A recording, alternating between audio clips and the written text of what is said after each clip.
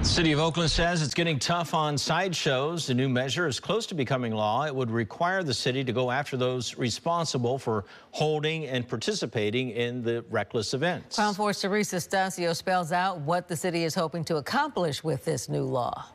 It's just people rightfully are just fed up. Enough is enough. Oakland City Council member Dan Kolb on putting the brakes on sideshows, those illegal, dangerous driving events happening all too often in the East Bay City.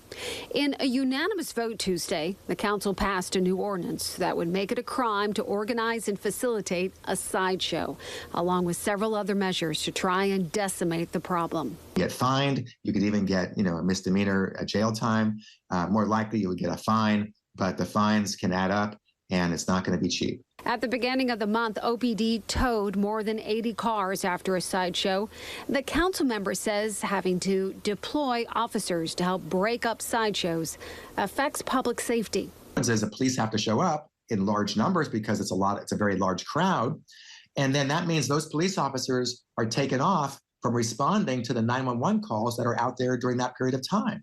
And that hurts all of us in the city. Councilmember Kolb says that he fought to give the ordinance additional teeth by allowing not only incorporating criminal penalties and fines, but by giving the city the authority to get compensation for damages. OPD in 2021, for example, spent over $2 million on the sideshow detail when you include the helicopter and all the officers that they have to dedicate to it. Joe DeVries is the deputy city administrator. People often also don't know is that the damage to the intersection, the average intersection that's had a sideshow, it costs about $16,000 to restore because you have to repaint the crosswalks and put in new signage.